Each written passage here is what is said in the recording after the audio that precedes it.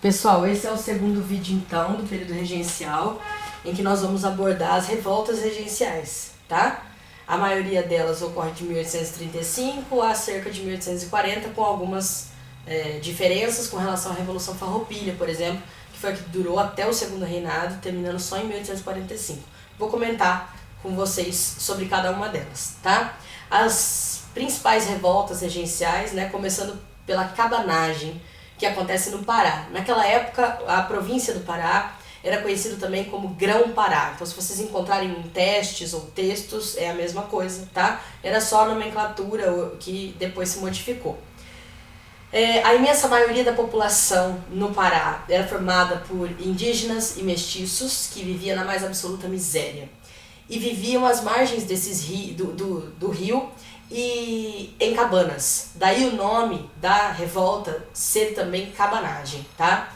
Haviam também os fazendeiros e os comerciantes, que são a elite, que estão no controle, né, do governo. Porém, eles ficaram, do governo provincial, estavam inconformados com a nomeação de um presidente da província imposto pelo governo regencial e se sentiram prejudicados. Então, os fazendeiros comerciantes vão se unir a essa insatisfação popular pela miséria, só que os objetivos eram outros, né?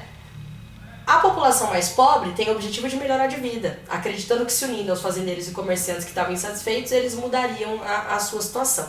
Só que as intenções dos fazendeiros e comerciantes era outra, era basicamente ter alguém do grupo deles na presidência da província, que naquela época, né, se falava presidente da província, não governador do estado, apenas para poder participar das decisões políticas, diferente das intenções da população. Mas necessitavam do apoio dessa população para lutar contra o governo regencial.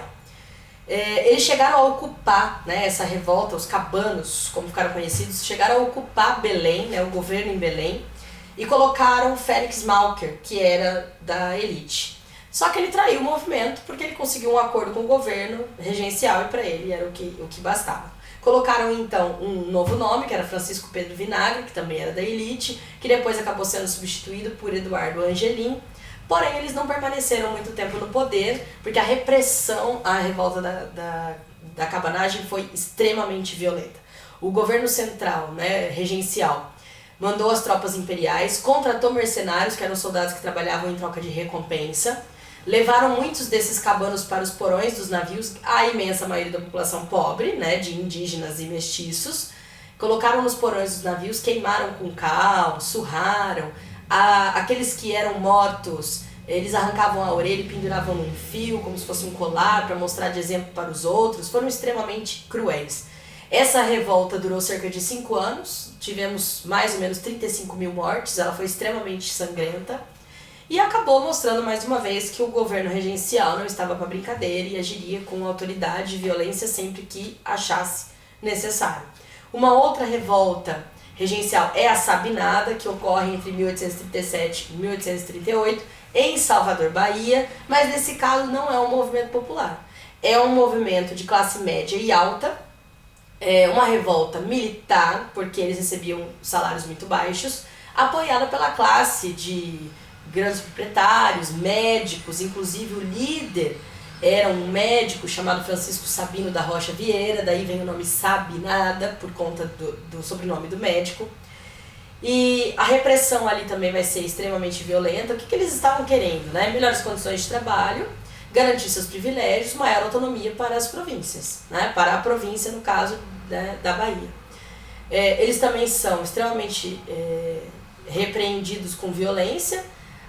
O governo central manda as tropas atearem fogo na casa dessas pessoas. Muitas das pessoas revoltadas estavam sendo arremessadas nas lanças dos portões.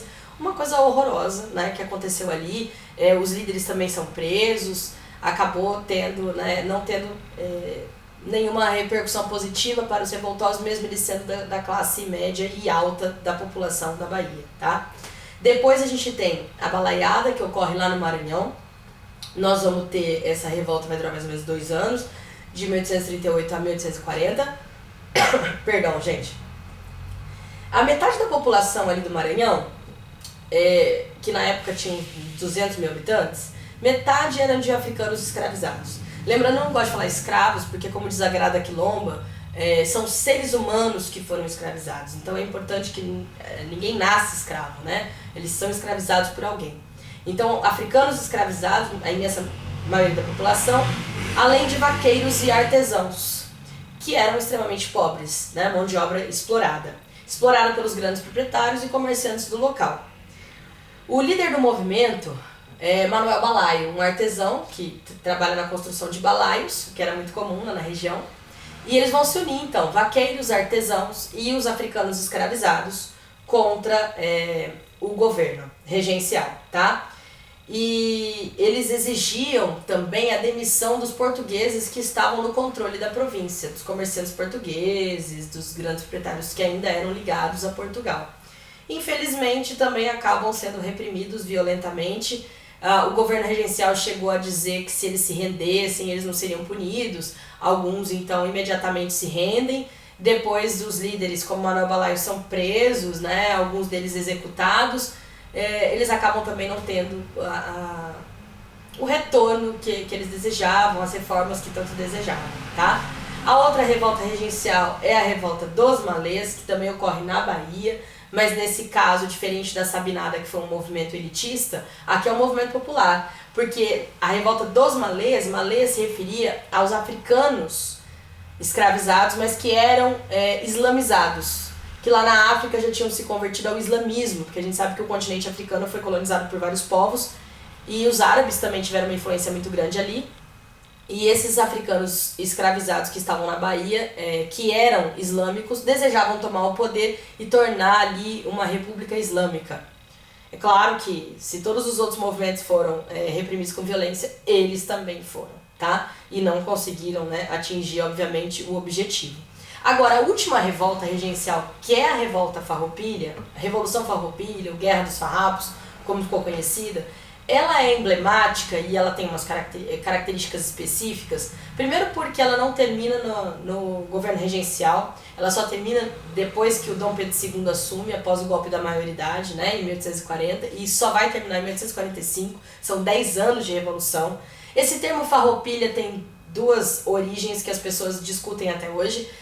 Há um historiador chamado Moacir Flores que diz o seguinte, que farroupilha porque é um termo que era usado desde o século XVIII para falar revolucionário, significa revolucionário, e outros que dizem que não, que é farroupilha de farrapo, porque as roupas iam, né, se desgastando com o tempo na guerra.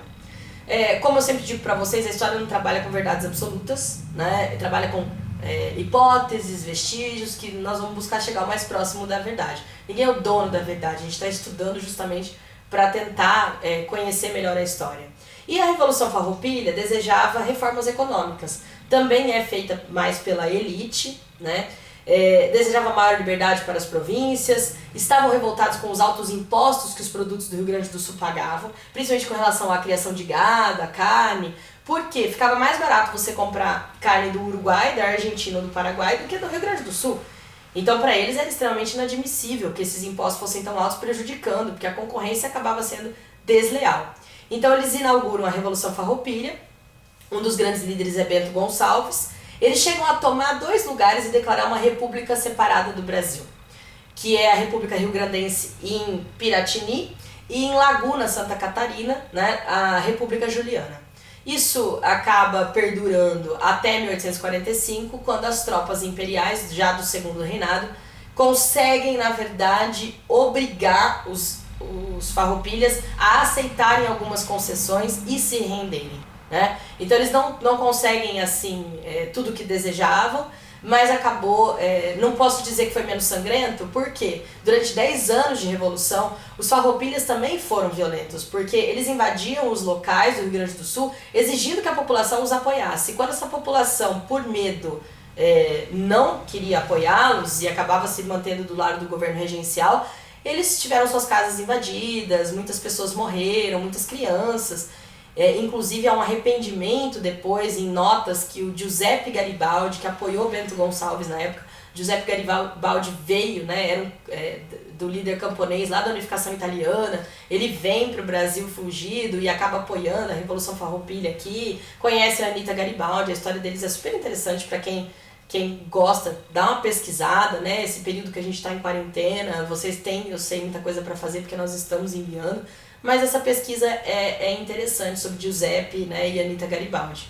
Mas, fechando essa questão da Revolução Farroupilha, é uma revolução que acaba sendo elitista, por reformas econômicas, diminuição dos altos impostos, termina 10 anos depois de muitas mortes, muitas perdas materiais também, em que o governo do Segundo Reinado já entra, né, para acabar com a Revolução.